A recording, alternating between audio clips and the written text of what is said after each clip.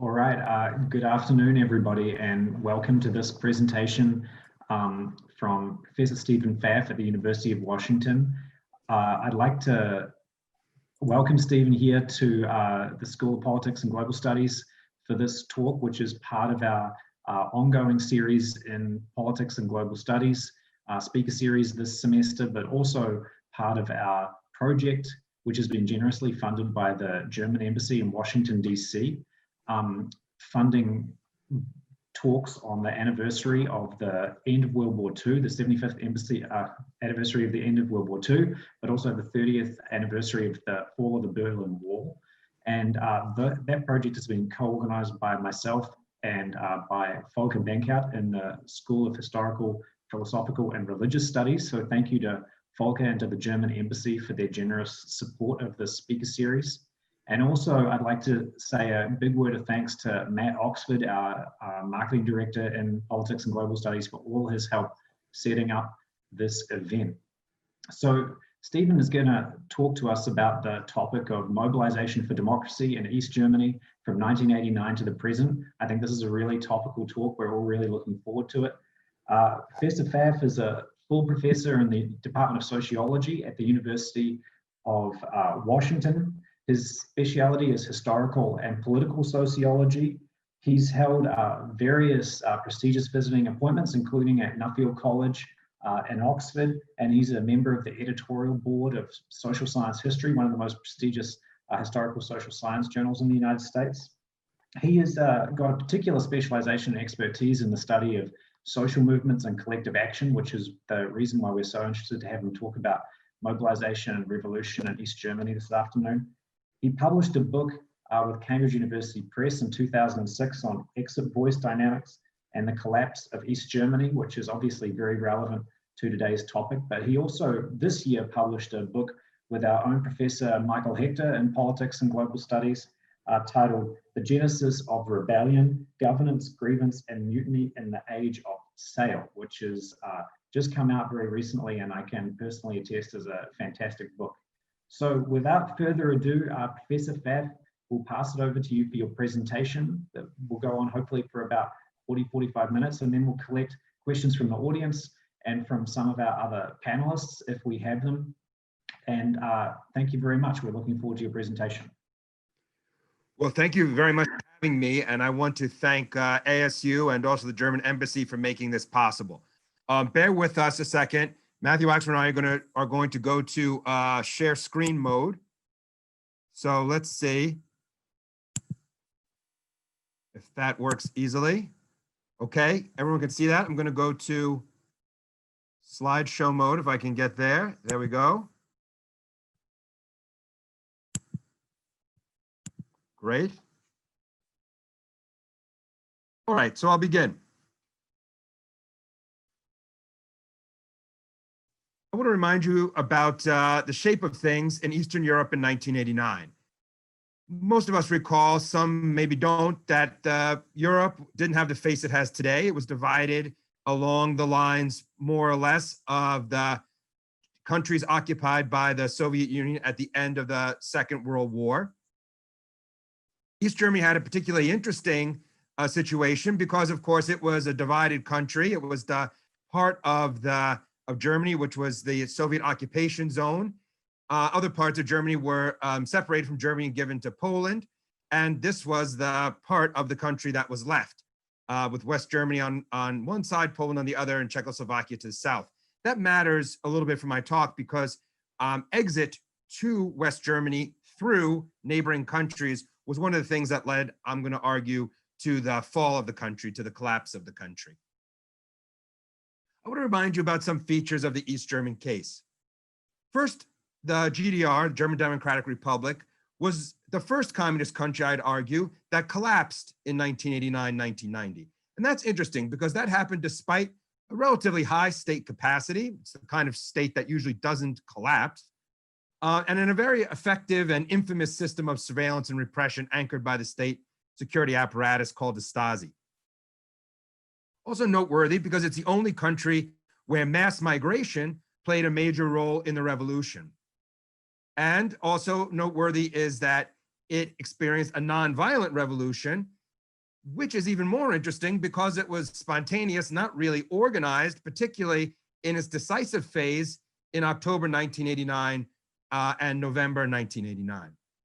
Also interesting because unlike other Eastern European countries or other Soviet-style regimes, the democratic opposition in East Germany never really received major support from the population and played a trivial political role in the process of reunification. All right, a little bit on the historical overview of the GDR, and only in enough detail that will help understand what I'm up to in this, what I was up to in this research. So the East Germany, the GDR was founded in 1949 in the Soviet occupation zone.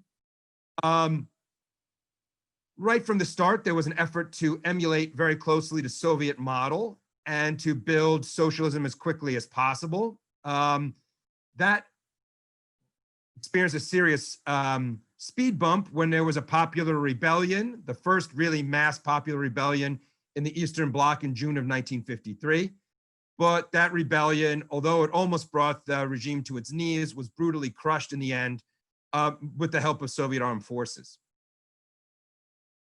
The next major event I want to point to is the construction in August 1961 of the Berlin Wall, a measure that was with the support of the Soviet Union that was instituted by the East German government to halt mass exodus from the country. To give you a sense of how great, about 2 million people fled the Soviet occupation zone, or what became East Germany, between 1945 and August of 1961.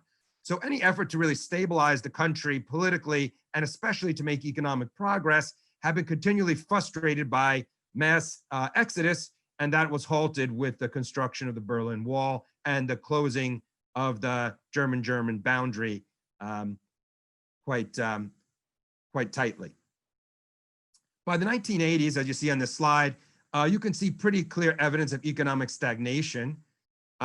East Germany had always lagged West Germany in terms of its, let's say, GDP per capita, standards of living, and so on, but it kept pace for a while until the 1980s, where it really became clear that the country was stagnating economically. Also during the 1980s, foreign indebtedness mushroomed as the country became increasingly reliant on technology import from Western Germany and from other countries. Of course, East Germany was part of a system, economic and political system, led by the Soviet Union. And the other great crisis of the 1980s from the perspective of the East German regime, a very hardline Orthodox Leninist regime, was that in the late 1980s, the rise of Gorbachev and the Soviet Union really called fundamental features of the Marxist-Leninist system into question. And the bloc began to erode. In Poland, communists were forced to share power with Solidarity. In Hungary, reformist communists took power. This really directly impacted East Germany between May and September 1989. Hungary began to demilitarize its border with Austria, opening up a hole in the Iron Curtain. As a result, tens of thousands of East Germans began to try to flee west, initiating the so-called exiting crisis in the GDR, as the government desperately tried to ban travel, eventually banned travel to all socialist countries. Meanwhile, East Germans had taken up residence in West German embassies in Poland, in Czechoslovakia, in Hungary, and elsewhere, creating a kind of international diplomatic crisis as well as a political crisis in the GDR. Now, on the heels of this crisis, in early October 1989, the first large-scale protests began to occur. In Leipzig, the real cradle of the revolution, I would argue, and then in other cities, including Dresden and East Berlin. And for the first several weeks of this revolution, in September and October 1989, East German police and the army used force to disperse crowds, and thousands were arrested. It all came to a head on October the 9th, 1989. The government had threatened a so-called Chinese solution, emulating the resolution of the Tiananmen crisis that had occurred in June of that year in China. The government said it would also pursue a Chinese solution. A credible threat of force was assembled, But the government failed to enforce its policy. The security forces stood down as masses of peaceful protesters in Leipzig began to chant, "We are staying here and we are the people." In the next 2 weeks, these demonstrations not only grew in size in Leipzig, but expanded to many other cities and towns across East Germany, and the Honecker government wobbled and then fell. By November of 1989, protests had expanded and spread across the country, involving hundreds of thousands of East Germans. On November 9th, the government announced various reforms, but crowds rushed the border crossings in East Berlin. The regime faced a moment of decision, it relented, and the wall effectively fell. Between November 1989 and January 1990s, mass demonstrations and mass exodus worked together to undermine the regime, and the government effectively collapsed. Protesters, especially from the middle of November onward, increasingly turned from demanding reform to demanding German unification. The slogan became, "We are one people." I'll talk more about this in a minute. In March 1990, first free elections brought to power a non-communist majority in the East German parliament, which pledged rapid reunifications. Negotiations with Bonn began, leading to the accession of the German Democratic Republic to the Federal Republic. And on October 3rd, 1990, German unification was accomplished. All right. What was the motivation of my research? I mean, historians can tell you everything I just described, but what can social science contribute to understanding the evolution of the GDR and the rise of mass protests there? And what I tried to do in my project was to explore three principal puzzles. First, why, unlike its neighbors, was the GDR one of the most stable orthodox Leninist regimes that really avoided all political and economic reforms up until the end?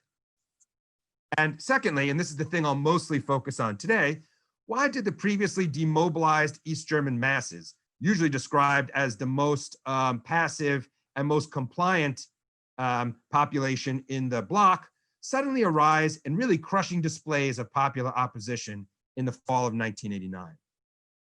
And third, why did the regime capitulate in response to a fully unarmed rebellion, a fully peaceful rebellion, resulting in an unprecedented political collapse, a political collapse that made rapid reunification possible?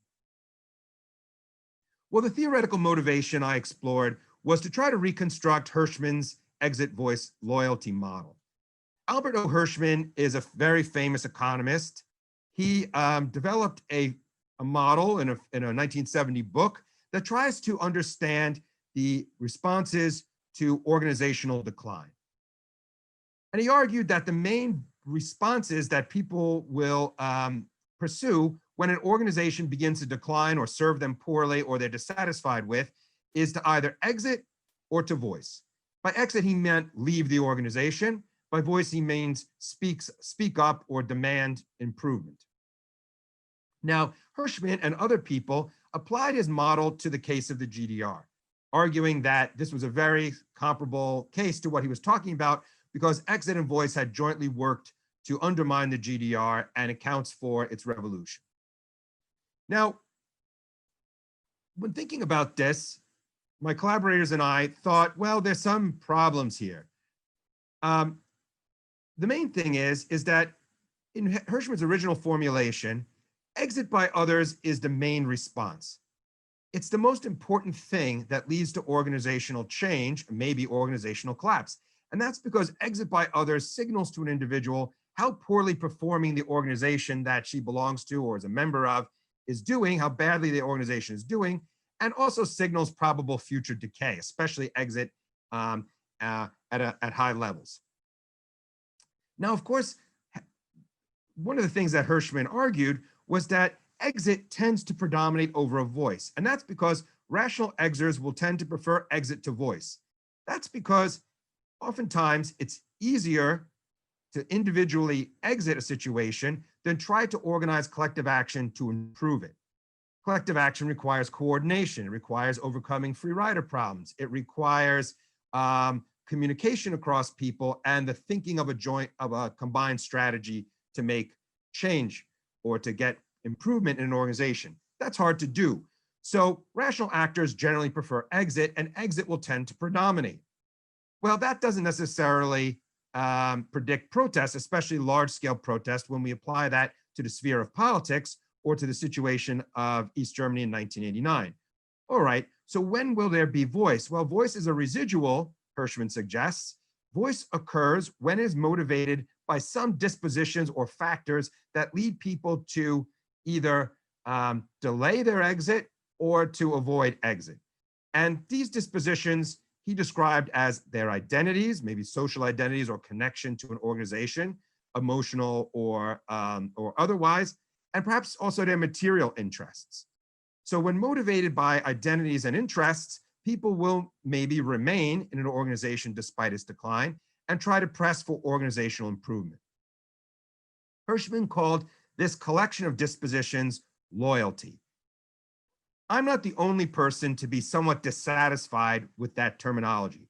It lacks some precision, but it's the term that he used and it has survived in literature. So we're going to work with it to the extent to which it's useful and try to sort out how loyalty can motivate behaviors like voice or protest or like exit or migration. All right. So I thought that applied to collective action, exit should motivate voice by providing incentives for loyalists to mobilize behind the reform of the organization. So when I tried to apply Hirschman's model, basically my idea can be expressed in this simple line diagram. Exit, especially large-scale exit, should persuade those who don't want to exit, those who wish to remain behind for whatever reasons of loyalty, to mobilize, to get together and demand changes, to develop a strategy or a common set of demands, and these will be expressed as voice within the organization.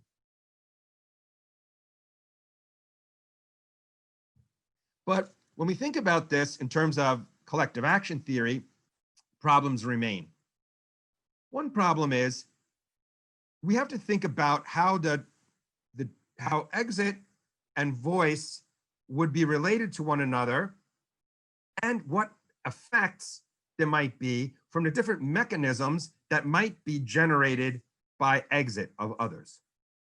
And my argument was that essentially exit really has two implications for collective action. When people exit an organization, on the one hand, they do what Hirschman suggests. They signal their discontent. Maybe they signal poor organizational performance. They signal perhaps that the organization's in trouble and that unless major changes are made, it will continue to decline or decay.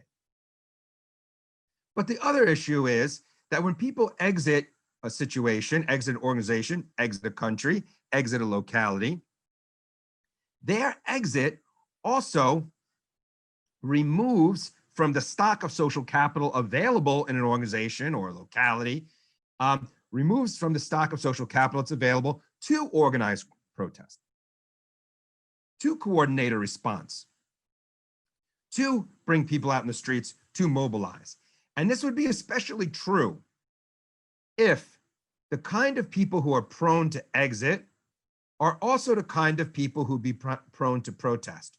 What same grievances that make people prone to exit also tend to make them prone to protest. Well, that correlation between that would mean that when people exit, you're pulling out, you're breaking network connections between the sort of people who'd be prone to protest. So the argument is that exit, especially in large volumes, would tend to increase protest to help make possible spontaneous protest by signaling discontent, overcoming, let's say, coordination problems, providing some focal points for people to express their discontent around. But at the same time, at high volume, it might also be removing the kind of people prone to be activists, prone to be the first ones in the street, prone to motivate others, to encourage others to join protests. All right, so how plausible is this scenario when we apply it to the case of East Germany? Well, it's clear that emigration from the GDR was a major structural vulnerability of the East German regime from its inception. So you can see that between 1949 and 1961, around 2 million people fled the country. And then you see the numbers of people, the number of people exiting the country, the number of refugees in the country becomes very small. That was a kind of strategy of selective exit in which the government allowed troublemakers or dissidents to leave the country. And it also allowed retirees who would then not be a burden on the East German pension system to leave. And then also they ransomed people from East German prisons to West Germany during this period. So exit from the GDR was completely controlled and probably served to stabilize the East German regime by giving a kind of safety valve for discontent and also generating some hard cash, hard currency earnings for the regime. Everything changed in 1989 with this massive upswing in exit as a result of the erosion of communist bloc solidarity and the change of border policies of the surrounding Eastern European countries. Now, also recall that part of the reason why migration from East Germany to West Germany was so attractive is that the West German constitution, its basic law, gave East Germans basically full civil rights and a quick path to citizenship if they could get out of East Germany and come into the West.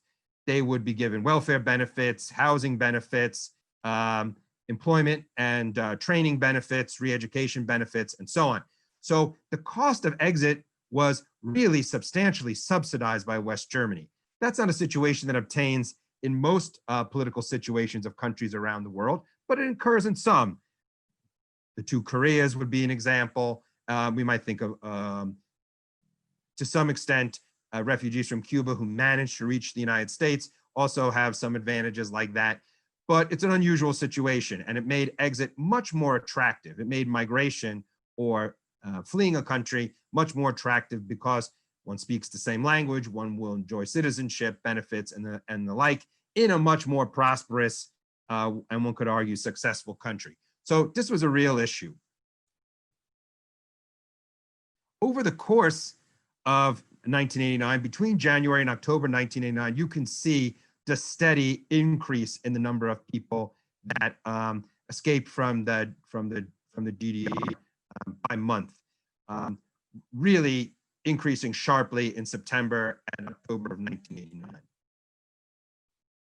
Now, what's the relationship between these two things? If we think of exit as completely depleting as being the only attractive option and completely depleting the stock of people ready to take part in protests, then we would be surprised by this graphic, which shows that although the exit strategy at the individual level seems to have predominated, that began to shift between August and October of 1989. The number of protesters began to increase sharply in September 89 and then far exceeded the number of people exiting in October 1989. Why? Well, to answer that, we have to look partially at the case of Leipzig, the city I call the cradle of the revolution. One of the things that really helped Leipzig become the cradle of the revolution was first off that local church-based dissidents or human rights activists had established a weekly prayer service, a weekly peace prayer service right in the center of the town in the old St. Nicholas Church located in the heart of the city. The second thing that really aided was Leipzig had, as you can see from this map, a very dense and concentrated urban geography. Basically, the old city, as you can see, was surrounded by a series of ring boulevards where the former city walls used to be. And all transportation in the city, all buses, all trams, all converged on this center. So it was very easy to reach this center from other parts of the city and an easy place for people to assemble. They assembled famously at the St. Nicholas Church in the center of the town, in the place where the church-based human rights activists in alliance with pastors had established these weekly church prayers. Now, the police and the Secret Service, the Stasi, did their best to prevent people from entering the church or assembling there, But the hard part for them was the site of these prayers had become common knowledge. People knew that when there was going to be any trouble, there would be people assembled there. They knew that if there was any discontent in the city, people would be assembled there. So it did not take much advertising or any kind of sophisticated mobilization or coordination effort on the part of social movement groups, which were very weak and had almost no connections to the population, in order to generate a crowd. People expected trouble or expected action, and they knew where to go. So over the course of September 1989, small demonstrations started, which grew larger week by week. And these demonstrations were characterized by a kind of conflict, precisely the kind of conflict we'd expect from the exit voice loyalty. A conflict between protesters shouting totally different demands. One group shouted, "Wir wollen raus." We want out of this country. We want to exit. Open the borders or make it easiest for us to escape. We don't want to stay in the GDR. The GDR has failed us and we want to escape. Versus people who were motivated by some kind of attachment to the GDR, either agreement with some kind of democratic socialism or maybe a loyalty born of their paychecks, right? They had good jobs and relatively good quality of life in the GDR compared to other people and wanted to protect it, or had a strong attachment to their home city or local people, strong social capital attachments, and didn't want to go. Those protesters, and this was mostly the church-based groups, began to shout, "Wir bleiben hier." We're remaining here. We want things, we're loyal to the country. We want the country to improve, but the government has to make changes. The government has to do something. Socialism in its old way can't go on. Gorbachev's reforms should be emulated in the GDR. We should have some liberalization. We should have some improvement here. So St. Nicholas Church in the center of the city became the point of assembly both for exiters and human rights activists, even though they were expressing very different kinds of goals. This changed dramatically on October the 9th, 1989. I mentioned before that this was the showdown date. Protests have been growing in Leipzig week by week. Every Monday, the so-called Monday demonstrations were growing week by week. On October 9th, after a violent confrontation the previous week, on October 2nd, the government announced that no more protests would be tolerated and anybody who assembled in the city would be cleared out. To the shock of the local armed forces, Stasi officials, and the police, masses of people, probably 70,000, my colleague Karl Dieter Opp has argued even more, appeared in the city center. Again, without coordination. Again, without having to be mobilized by the infant, nascent, very small protest groups, organized protest groups that existed in the country. They came out in such numbers that it became very difficult to clear the area around the Nicholas Church, very hard to clear the downtown. Moreover, protesters spontaneously adopted a very clever tactic. By occupying the central Karl Marx Square, the biggest square in the downtown, the place where communist era assemblies and marches were held, by occupying that place they were very familiar with, they also were able to stop the transit of buses and trams. Those buses and trams, it was right at rush hour, disgorged passengers who had the choice, join the peaceful demonstration, join the protesters, or leave. Most stayed. As the protests swelled, more and more people came, mostly through micro recruitment. I've got some evidence in the book about how that happened. Micro mobilization occurred, and the crowds grew and grew and grew and grew. The government faced a hard decision. Would it follow through? Would it crack down? We know that officials in East Berlin said, yes, you should, but local people refused. The local security forces refused. They saw the size of things and they allowed the miracle of Leipzig, as it's called, to progress. Peaceful crowds marched along that central ring road, that circular ring road, in their disciplined tens of thousands. So the photographs I'm showing you are from Stasi surveillance tapes that were made available after the event. And here you can see this really remarkable thing. This disciplined line of protesters who are never breaking through the line of the police, but gradually pushing it back with their masses, shouting, "Wir sind das Volk," we are the people. That's an important repudiation against a regime that constantly called itself the People's Republic of the People's Republic, which had the People's Police, the People's Army, and so on. Here, the people were saying, no, we speak in our own name. The regime does not speak for us. We demand radical change. We will not stand for it anymore. It's really remarkable when you look at how small demonstrations in the beginning of September '89 mushroomed by the middle of October into truly mass demonstrations. I'm giving here the most conservative estimates of the sizes that I got from East German police records, from the Ministry of the Interior records.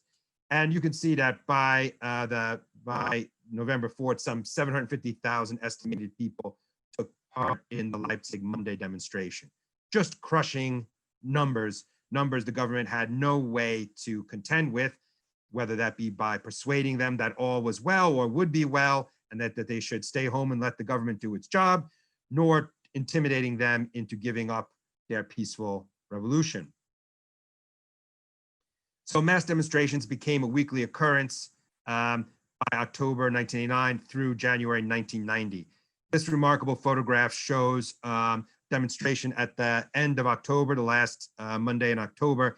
And here you can just see tens of thousands of people marching around the ring road through the very center of the city, crippling the regime and making a completely devastating protest against the government.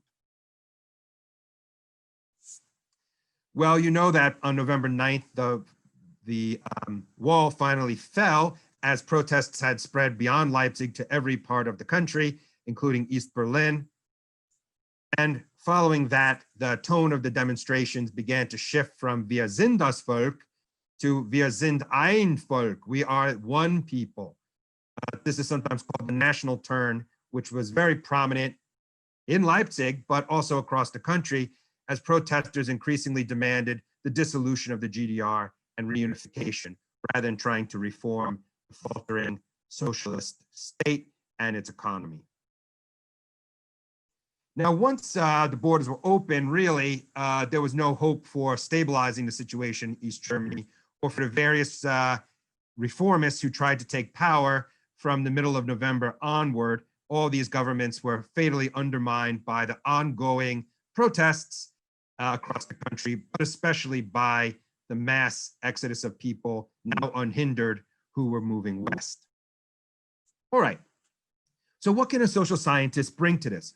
Well, what a social scientist can try to do is to try to analyze the relationship between these two forces that were the great battering rams smashing down this regime: the force of exit or migration and the force of voice or protest. Now, here what I've done is I've taken East German Interior Ministry data, both from the number of people fleeing and also the number of protests. And what you can see is that the two things are clearly very correlated. It's actually at the county level, which is my unit of analysis in the statistical part of this project. It's about 225 counties. And at that level, there's about a 0.3 correlation. So about a third of the variation in one is associated with the other. So the two things were working in tandem, and you can see that protest followed from exit and then predominated for a while, but then dropped off while exit continued as the regime collapsed. What was the effect on protest?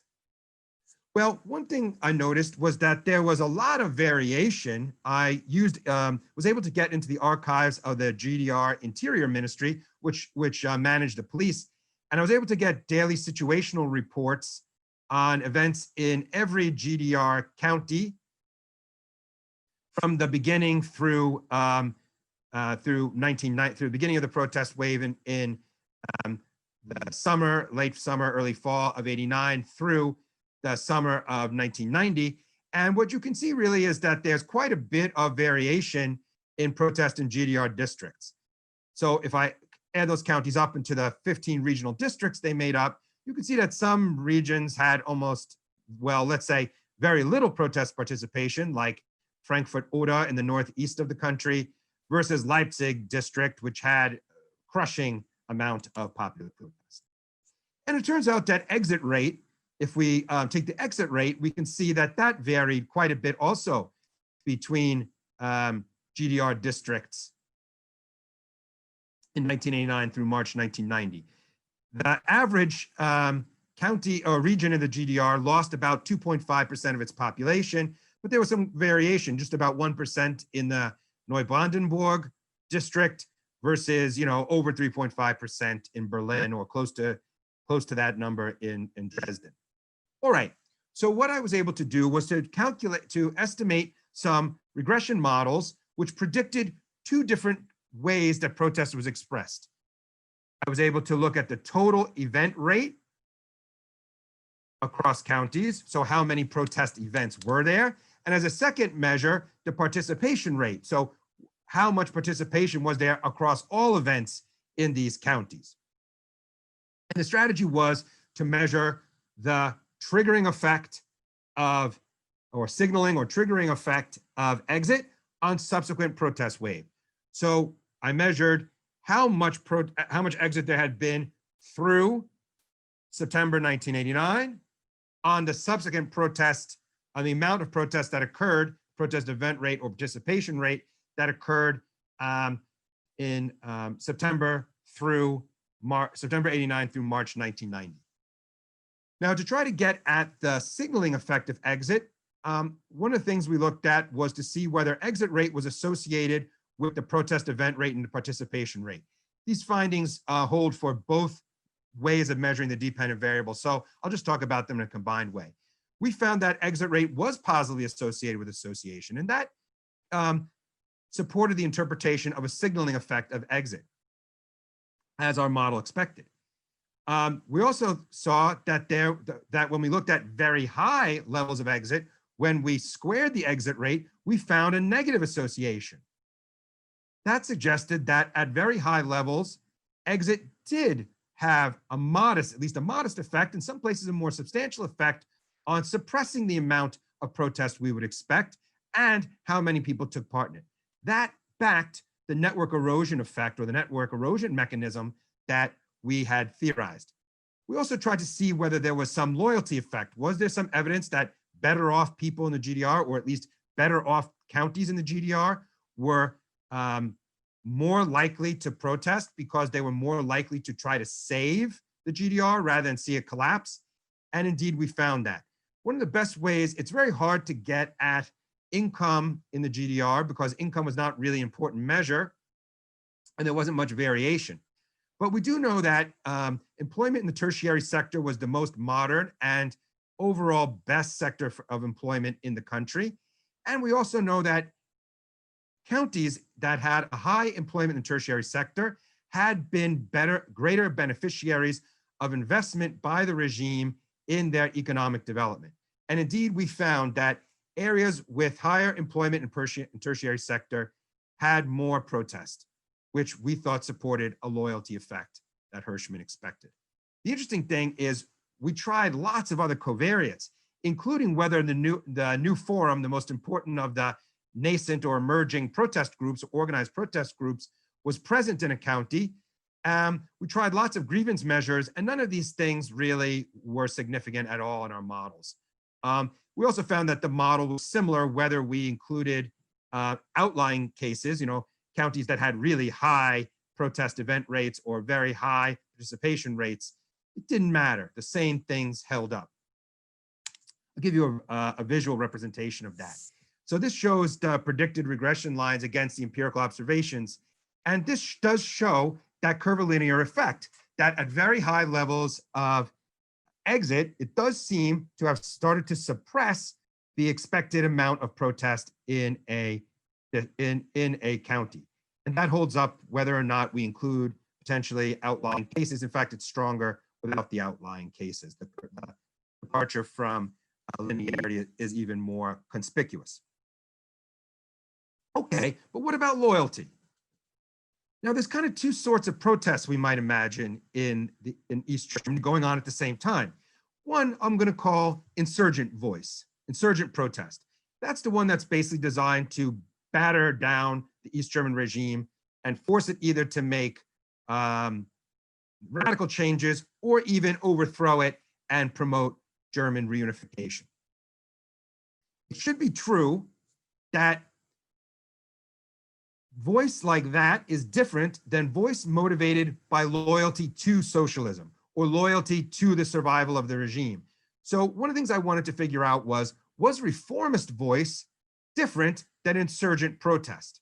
Luckily, I was able to compare the kind of people who supported the New Forum organization in the early phase between September 15th and November 8th, 1989, with the occupational structure of the GDR.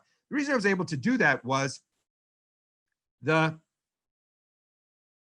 East German authorities received petitions from people in many counties, most counties across the GDR, announcing that they were forming a new political party called New Forum, and that they wanted to be a loyal opposition group within socialism. In these petitions, everybody who was part of the local organization who was willing to identify herself signed on. So I had the names of these people, and I was able to match them up with their demographic characteristics. I knew where they lived, and I knew occupational characteristics, their sex and their age and some other things. Now, the main thing I want to focus on here is comparing New Forum members to the occupational structure of the GDR. You can see that New Forum members were substantially less likely to be employed in the industrial sector of the GDR, in the secondary industries. That was the largest area of GDR employment. It was a very industrialized country, and that was the highest area of employment.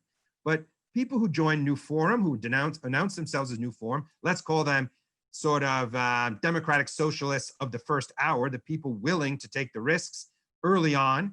After November 8th, it's a different story, because after that, the government, as part of its reforms, announced that loyal opposition groups were legal. So these are people who joined when it was illegal, when the stakes were high, the people most prone to trying to organize a movement and trying to organize pressure for voice for improving the country. So we see that workers were underrepresented in New Forum compared to the GDR occupational structure, but people in the tertiary sector, people in services and professions, the relatively advantaged part of the GDR, were substantially overrepresented. That suggests to me that loyalty to the GDR was inspired not just by ideological attachment to socialism, but also because many of these people were the relative winners of the system. They were part of an emerging, what you could call, socialist middle class, beneficiaries of education and opportunity. They were less likely to want to exit the country, and they were much more willing, much more eager to see this country survive, in part because some of their educational qualifications or credentials would not have been recognized in the West. That would have made it harder for them to transition to an occupation versus a working class person like an electrician, who would have been relatively easy to move over. All right, so now when I estimated this, and we also see that there's a lot of variation in New Forum support across the different regions of the country. And it turned out that New Forum support I found was really weakly correlated both with the protest rate and the exit rate. So very weakly correlated with protest at about 0.2 and exit at about 0.3. So pretty weak correlation with protest rate and exit rate. And you can also see that the areas where the New Forum was the most successfully organized, with the exception of Berlin, were not the areas in which there was the most protest. Look at Leipzig, for instance, hardly any New Forum support early on, but the largest protest movements in the country. All right, so then I estimated regression models predicting New Forum mobilization rate by county, the same design strategy as before. And here's what I found. Well, exit rate was positively associated with New Forum mobilization rate, which backs the signaling effect. interpretation of the signaling mechanism. But the exit rate squared was insignificant. In other words, there's no evidence of network erosion effect. That makes sense because the kind of person who was prone to be a new forum activist was not the kind of person prone to exit anyway.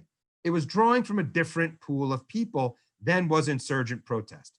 Insurgent protests suffered from network erosion effect because the kind of people who wanted to be rid of socialism were the kind of people who were also motivated to simply exit and escape the country. People who are motivated by loyalty to socialism, either loyalty to their own interest or loyalty to their ideology, would not have been prone to exit early on. And in fact, we find no evidence of a network erosion effect. But when we look at factors that would have predicted loyalty, especially occupational loyalty, we find that employment in the tertiary sector and the density of research and higher education were both positively associated with new forum mobilization rate, both consistent with a loyalty interpretation of their motivation. Lots of other covariates were included, including the amount of church support, whether there was a Samis.press or illegal press present in a county, and lots of other things. None of them were significant. And the same thing is true whether we estimate the model with or without outliers. Okay. So in case you're interested in more, there's the book that Henry mentioned, and I encourage you to pick it up. Holiday season's coming. People will just adore this book. And let me say a few things in conclusion about the study. Let me say a few things about what I think are the limitations of the study, and a few things about what I've learned since. Well, my study concluded that local coordination in response to the exiting crisis really is what accounts for the rise of mass protest in East Germany. Exit triggered voice, but at very high levels, higher emigration before the onset of the protest movement undercut insurgent voice. This is because of a strong correlation between protesters and exiters, which meant that when many people prone to protest left, it depleted the local social capital from which the subsequent movement emerged, resulting in weaker mobilization. Voice inspired by loyalty was different than that inspired by the rejection of socialism. New Forum and other dissident groups were driven by an ideology of reform socialism, and they had fundamentally different grievances than the population at large, especially the blue-collar working class population. And the outcome of this revolution, thus, was the disappearance of the state, driven by exit and by insurgent voice, and that meant reunification with West Germany. What do I think some of the limitations of this study are? Well, the advantage of this project was that I had access to outstanding administrative data and archival records from state, from church, and from dissident group archives. These sources allowed for detailed qualitative evidence. There's plenty of that in the book, which I spared you today, and systematic coding of variables that allow for the quantitative analyses that I've just talked about. But what did I lack? I lacked good micro level data and had to draw inferences from larger county level units. I lacked good data on activist networks, the kind of data I'd really like to have as somebody who is trying to use network concepts and network methods as much as possible in my work. I lacked good measures of grievances. And Henry mentioned the book that I just published recently with Professor Michael Hechter at ASU. We really showed in that book that grievances are really behind the kind of spontaneous and loosely organized protests that we're talking about in East Germany as well. So I didn't have great measures of grievances. My measures of grievances, some of them were measured at the district level, some were measured at the county level. I didn't have good income measures for the reasons I talked about, and good indicators of local living conditions weren't really available. I also wasn't able to do a very good analysis of spatial diffusion. And that was because it was hard to exploit temporal dynamics more fully because most of the covariates I was working with were cross-sectional. What have I learned since? Well, my work challenged the conventional wisdom, which was very predominant at the time I did this research. It really challenged the conventional wisdom that said that East Germany's great Achilles heel was the availability of West German television and news media. And a lot of work in political science and economics argued That solved an informational problem that allowed for mass protests to trigger as informational cascades were unleashed. That solved kind of coordination and information problems for dissidents. But I think I've tried to show and have provided real evidence that the real problem for East Germany, the real structural problem, was that the Federal Republic of Germany was able to set the relative cost of exit very low. It was the division from West Germany and the West German policies, and then subsequently the exiting crisis triggered by the erosion of the Eastern Bloc that really provided the signal that allowed for spontaneous mobilization, that allowed for coordination on the spot. And subsequent research done by Holger Karn and other political scientists really backs my interpretation, I think. A lot of great work done in the last decade or so has shown decisively that the diffusion of protest in the GDR was unrelated to access to Western broadcasts. It's really great work, and it really backs this interpretation, I think, pretty decisively.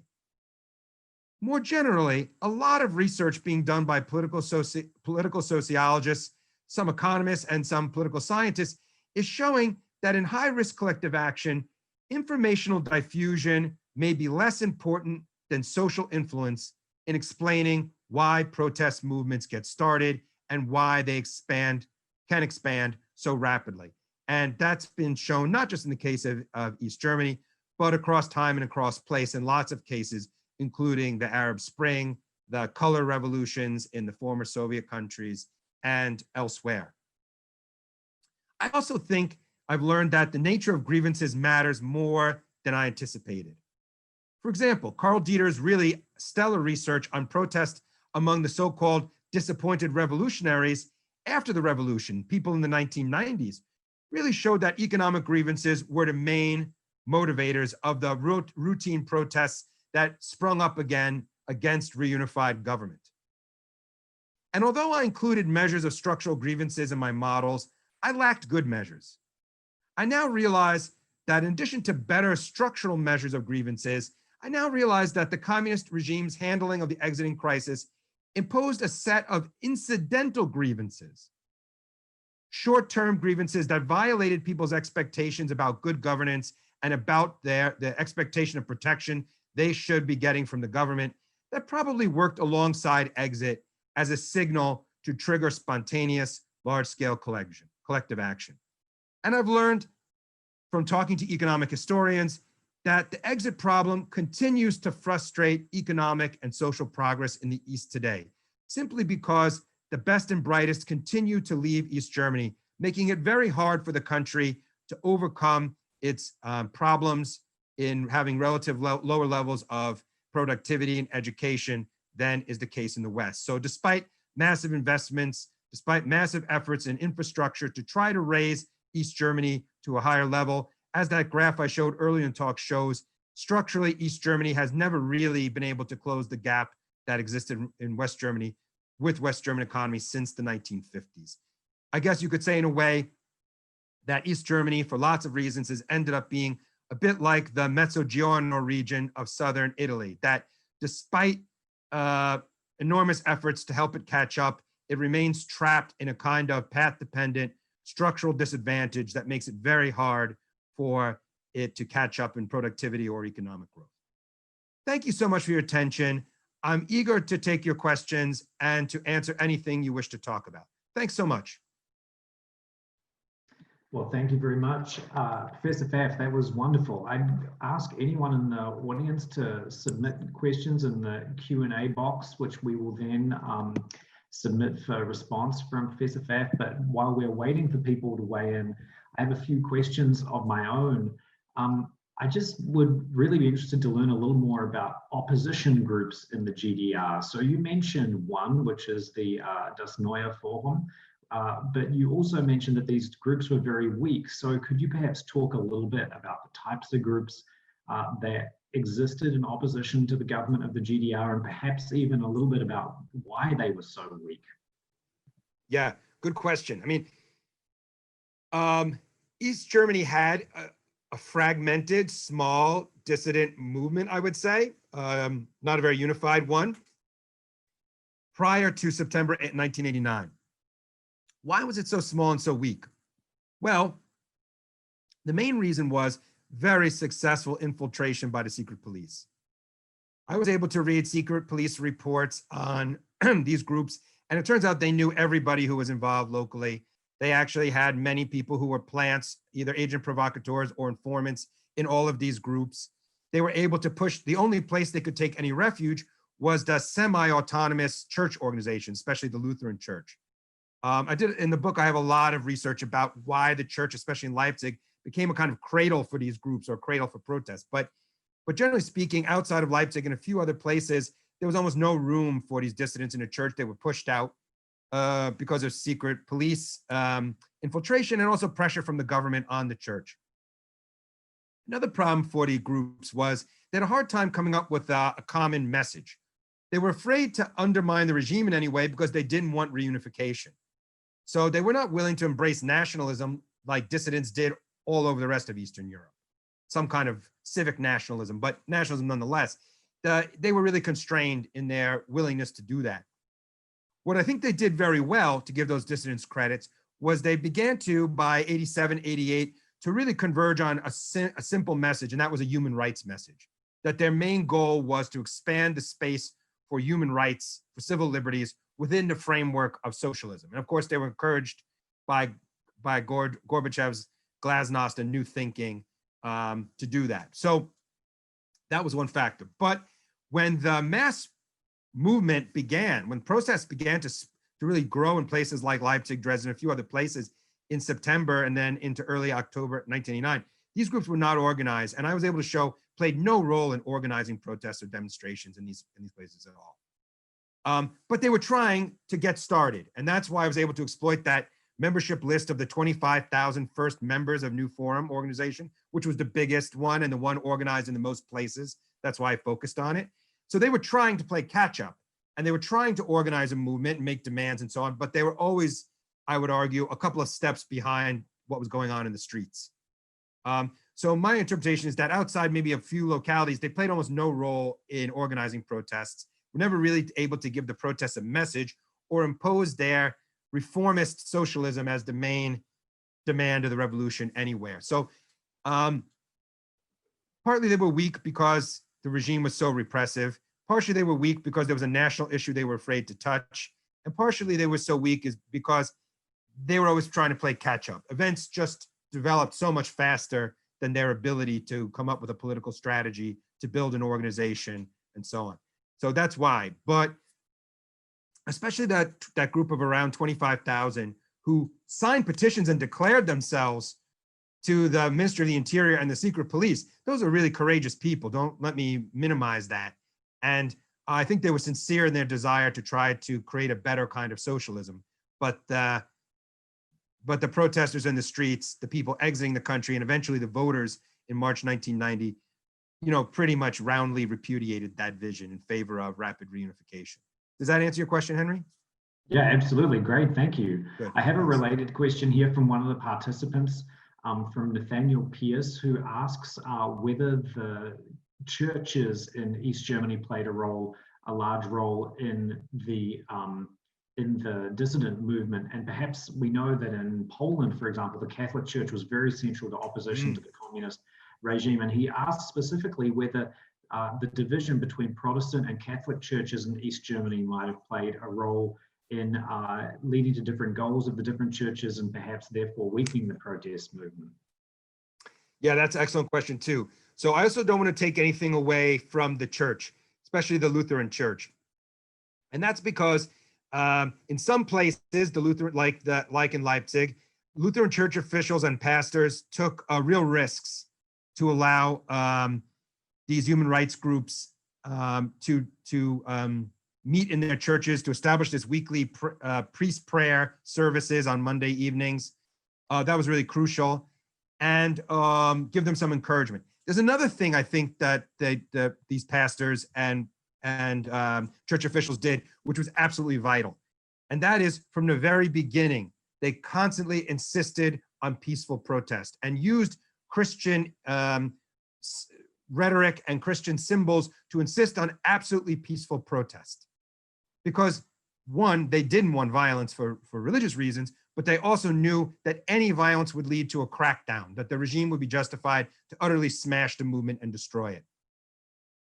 So they were present at demonstrations, especially in the early time, September, October. They were really present as voices of moderation, voices of peace that helped there to be a kind of spontaneous, let me say, convergence or spontaneous coordination around peaceful protest as the modal tactic. I mean, that's the real strategy of the group that kind of emerged. And so they did help in that regard quite a bit. Catholic Protestant division. You're exactly right that the Catholic Church played a very different role in Poland than churches played in East Germany, partly because the Catholic Church became the main vessel for the assertion of Polish nationalism and Polish independence and autonomy against Soviet domination.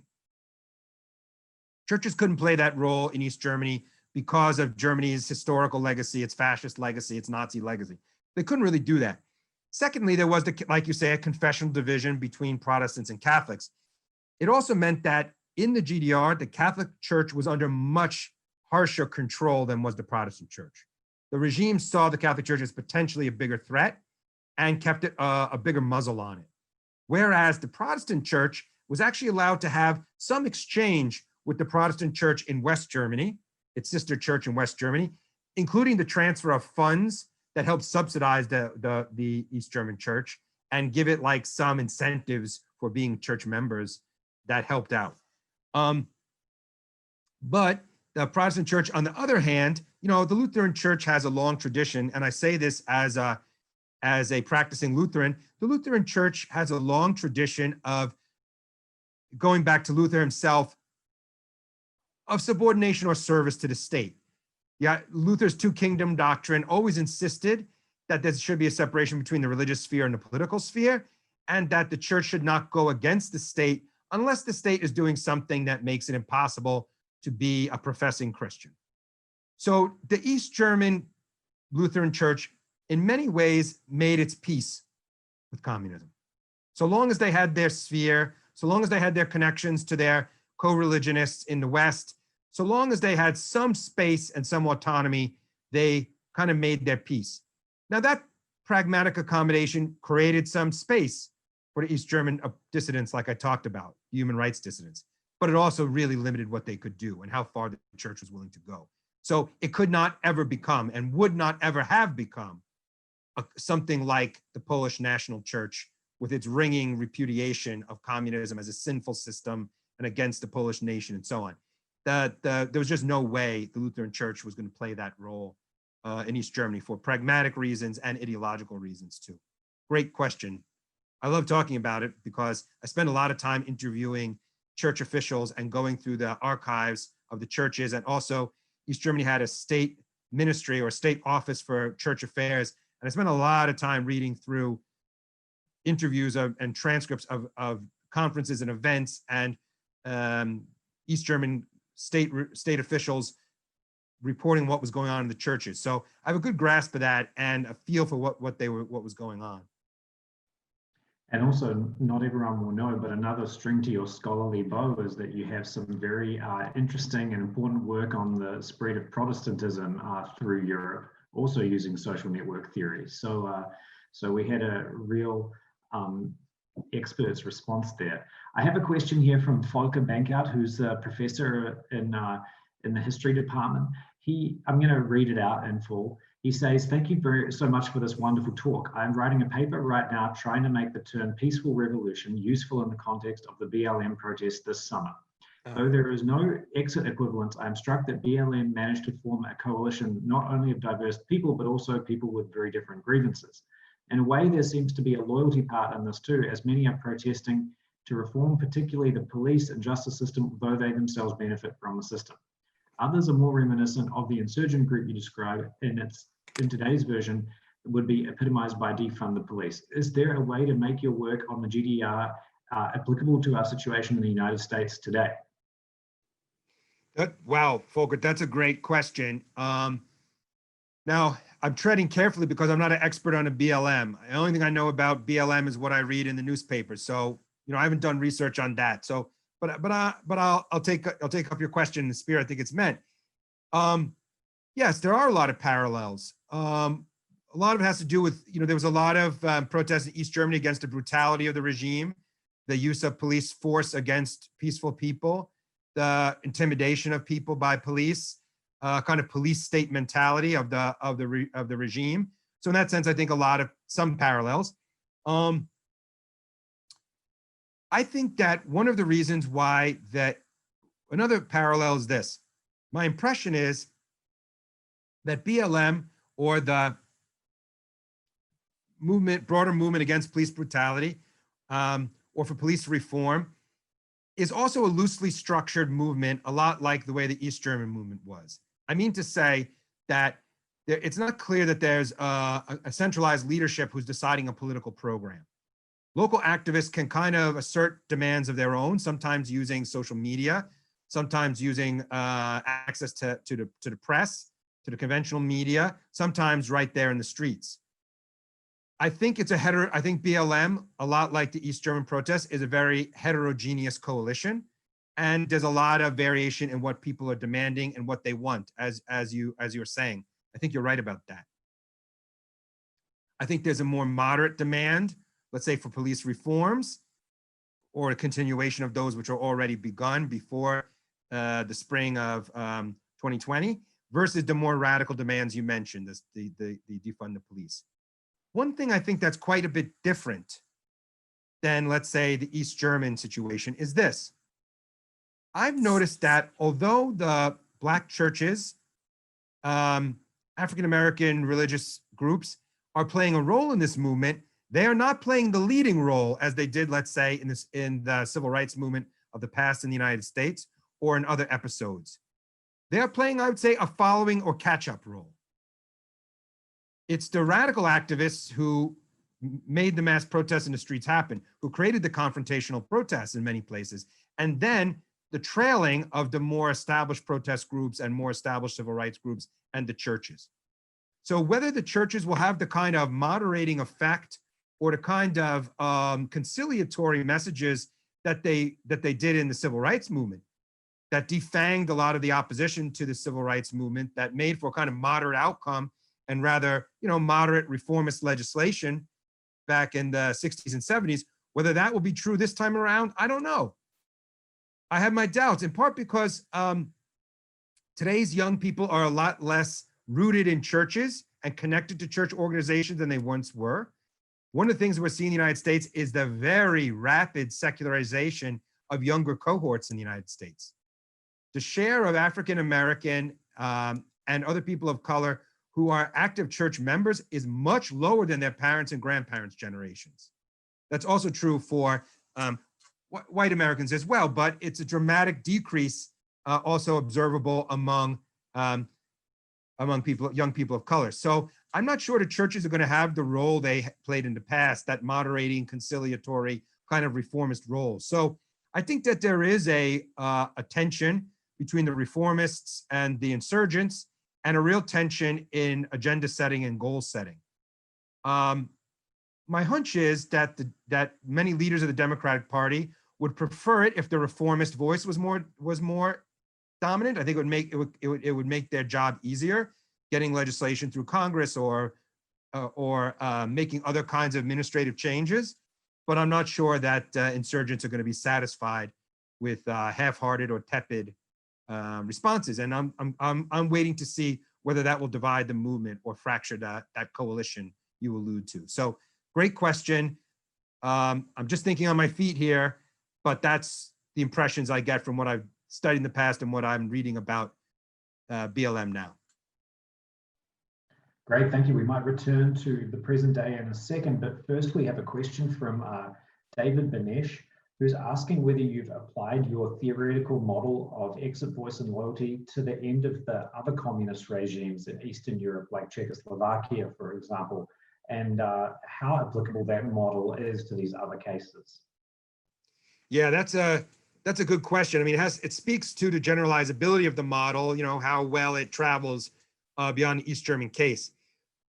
Well, sometimes exit was a feature in other countries as well. So for example, the formation of dissident movements was also hampered in other countries where there was selective exit strategy used by the government to, rid itself of dissidents by sending them abroad. Think, for example, in the aftermath of the uprising in Hungary in 1956, right? Many Hungarians had to flee the country, big exit wave, and other dissidents were imprisoned and then released to the West.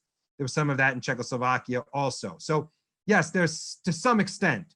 What there wasn't was the mass exiting phenomena. There was no opportunity for people in Eastern Europe outside of East Germany really to flee to another country in their numbers like that would have triggered mass protest. Also, by the way, the scale of popular participation in the revolutionary events was nowhere as great elsewhere in Eastern Europe as in East Germany. An interesting feature of East Germany was the sheer percentage of the population that took part in a demonstration, for example, is very high compared to other countries. In a chapter of the book, I compared the dynamics as they emerged in Czechoslovakia and East Germany, because those two regimes were sort of twin regimes in some ways, right? They had very similar Orthodox Leninist regimes. They had very similar economies. They had linked foreign policies. They were sort of best brothers, best socialist brothers, you could say. And there are some parallels in Czechoslovakia. The big difference was there wasn't that mass protest, that mass exodus that people that shocked people out of inaction into the streets, the way we got in East Germany in November of 1989. Great, thank you. I'd like to encourage more students to pose questions, but before they do, I think that Volker Benkert has another question, and I'm going to try and get him to be able to speak to ask it. Volker, here, I'm going to click allow you to talk. Go ahead. Oh, hey, thank you very much. Thank you so much for this wonderful talk. I really enjoy this greatly. So I was just wondering what you make of the kind of AfD and Pegida movements right now that are trying to bill their opposition to the Federal Republic or some measures of the Federal Republic as a kind of Wende 2.0, right? That was actually an AfD election poster. And to style themselves kind of in this tradition of Wir sind das Volk.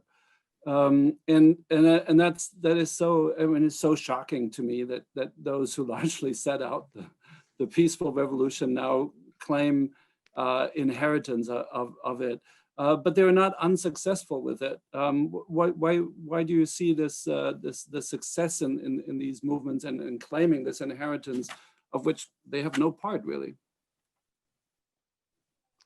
Well, I think that probably the use of slogans from 1989, 1990, like Wir sind das Volk or something like that by Pegida and other groups, well, it's opportunism, right? I mean, I think it's just a way to take a historically resonant moment and wrap your own movement in it. I also think it allows you to connect yourself to a very heroic moment. I mean, bright spot. A moment that many German people, East and West, feel good about, are proud of German history at that stage, right? I mean, in my opinion, I'm not a German person, but in my opinion, knowing what I know about the broad swath of German history, to me, the events of 1989 and 1990 are one of the brightest spots in German history, where a peaceful civic nationalism prevailed, that democracy was achieved without war or foreign occupation. So I understand why people have positive feelings about that. It took a lot of courage for people in 1989 to take to the streets and defy their regime. I can see why why people still have positive feelings about that. And I can see why political entrepreneurs now would try to exploit those feelings and would try to wrap themselves in the same mantle. Okay, so what's going on today that has some bearing on what happened in the past? Or maybe one thing is, I think what these groups are exploiting is some resentment. The resentment of feeling left behind. I showed in that graph that East Germany's the situation of East Germans today is immeasurably better than it was in 1989. I don't mean to minimize that at all. I mean, immeasurably better in terms of their civil rights, their human rights, their economic situation, their social security, health benefits, in all regards. But they are still not doing as well as West Germany. And that gap has really not narrowed. And that is a cause of frustration and resentment. And not only parties of the right, but parties of the left have exploited that as well. So PDS, you know, the successor party to the communists, exploited that for a long time in elections after a couple decades after 1990. And the Die Linke, you know, the left-wing party that's the successor of that communist party, still does, you know, get some votes in the East because of that. So there's some resentment that's on the right, it's on the left. We're left behind, the system isn't fair, the government hasn't invested properly, and so on, doesn't care enough. The truth of those allegations I'll leave for others to sort out, but I noticed that they've been left and right-wing groups have claimed that and exploited this regional resentment. Another thing is nationalism, right? I mean, so partly what they're exploiting is they're saying, why are we helping foreigners or refugees or making all these accommodations for people who are not German when German people are still suffering? When German people still have unemployment, when German people face crime, when German people face whatever they face. So the idea is there should be a national solidarity instead of helping out outsiders or people who don't really belong. So that doesn't surprise me that these groups are doing that either.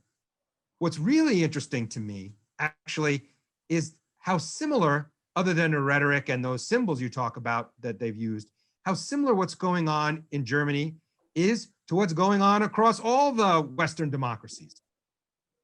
I mean, you can find similar kinds of resentments, regional resentments, left behind resentments, losers of globalization resentments, and the attempt to resuscitate nationalism and to claim national solidarity against the global elite, against the liberals, against whoever is running the country and doesn't care about them. You can find that in the Brexit vote, the vote and the support for right-wing parties in Britain. You can find it all across Europe. I mean, every European country, including the Scandinavian and Nordic countries we once thought were like the most enlightened and the least prone to this stuff. Actually, the Danish People's Party is one of the pioneers of this stuff. And of course, you find it in the United States also. I wouldn't be surprised if I knew more about it to find it in other English-speaking democracies as well. So what's interesting to me is, yes, you're right. These groups in that area use the rhetoric of the revolution, the peaceful revolution, the ideas of civic nationalism from it, the heroism of that moment, the positive association of that moment to justify what they're doing. But to explain what they're doing, we don't need anything peculiar to Germany or East Germany to explain that. I think that's pretty general across the industrial democracies. And actually, a bunch of people at ASU are doing some of the great work exactly on these issues. So like your Professor Bustikova is one of the best people in the business doing this stuff. She's right at ASU. I understand she just won a major award in Slavic studies for her work looking at the rise of parties like that in post-communist Europe. So she can tell you more than I can, but those are my impressions as a political sociologist. Thank you. Great question, thanks. Thanks, Volker. Yeah, that's absolutely right. Lenka Busikova just won an award for her book on the radical right in Central and Eastern Europe. We have one more question from a student. We might make this the last question for you this afternoon. You've been so generous with your time, and it relates to the decision to repress or not repress by the East German government. And this is something that I was wondering about myself. So Kristen Cochran, who's a PhD student in our program, she asks, why do you think the East German security forces allowed the initial church activity in Leipzig? Why didn't the East German government repress these opposition movements in their infancy? Right, great question. There's a chapter in my book that really digs into this stuff really deeply. But to summarize it, basically, here's what I think was going on. And I got access to all the archival records from state security agencies and party control commissions, both at the level of the Leipzig district, at the city level, and also the national level in East Berlin too. So here's what was going on. The Stasi, the state secret police, kept telling local officials and the national officials in East Berlin that, look, these church-based groups, they're really not dangerous. They're really no threat. They have no following. So don't worry about them too much. They kind of underestimated, right? Partially because they didn't understand the spontaneous protest dynamics. They, like a lot of social movement people, thought it's all about organizations. If you have organizations, you are a threat. If you don't have organizations, it's not really a threat. So they thought the organization, they did infiltrate them really successfully. They said they're not really dangerous. We got them kind of under control and under surveillance. Well, why take any risk at all? Well, there was a cost to totally crushing these groups. And the reason is that I mentioned before that East Germany was dependent on loans from West Germany. If they were seen as being too harsh in their suppression of human rights, or especially oppressing the church, it's made the West German government complain. And that might make the West German parliament, the Bundestag, might make parties in the Bundestag, especially CDU, say, hey, why are we being so generous to the communists when they're cracking down on churches? So all things being equal, they calculated, well, it's not really that big of a threat, and cracking down or eliminating it would be too costly politically and economically. So they're not really harmful, just tolerate them. They're not really doing any harm. Now, by the time they realized they were wrong, by then there were large crowds gathering streets. By then there were, the peace prayers at Nicholas Church had become a focal point for people who had never been involved in the church and never been involved in any dissident group, just started showing up there because they had heard about it. That's what the East German dissidents achieved really over time, was they established common knowledge in the city that that's where dissidents hang out. That's what they achieved. That alone was enough to provide a germ around which mass protests could spontaneously emerge. So in the fall of '89, why didn't they crack down more harshly on October 2nd or October 9th? We know that Egon Krenz and the central authorities, Honecker and Egon Krenz, in Berlin wanted them to. We know that the army was mobilized. We know that special shock troops and units of the army that specialize in crowd control were ready and mobilized. We know that hospitals were issued plasma and blood reserves in expectation of a bloodbath. We know that the Communist Party militia was mobilized in factories, and Communist Party stalwarts were given weapons, not guns, but clubs, and were instructed to come out and beat up the rabble rousers and the troublemakers that were ruining the country. So they were ready, they were prepared. What they were not prepared for was the masses that started emerging in the streets. And I've got the transcripts of these meetings where the government officials, the police officials, and secret police officials saying, whoa, we need to stop this. We need to shed a lot of blood. Does Berlin realize how much blood we'll have to shed? And they also started saying, and wait a second, if we do shed a lot of blood, Berlin wins and we lose no matter what, because if things go badly, they can blame it all on us. If things go well, they can take all the credit. Either way, we're bearing all the risks and getting none of the credit. They began to say to themselves, what if we just sat on our hands and play a wait and see strategy? Crucially, some church officials, Leipzig's famous conductor, Kurt Masur, and some party, state, and police officials got together and met at around 5 o'clock in the afternoon that evening and said, is there a way to handle this without opening fire? The police officials and the party said to them, as long as things stay peaceful, we won't crack heads or open fire first. But if you guys start that stuff, if the protesters start that, we're going in, we're ready. They appealed for peace. The crowd listened. The next day, it was really hard to go back. It was very hard to go back on that commitment, this sort of spontaneous negotiation, or the spontaneous outcome that had occurred in this bargaining between these two loose groups. And what prevailed after that was an equilibrium where neither group had an incentive to depart from the equilibrium solution reached in that situation, which was police remain vigilant and watching. Protesters, don't become violent. That's how it happened. Crushing numbers made possible that outcome.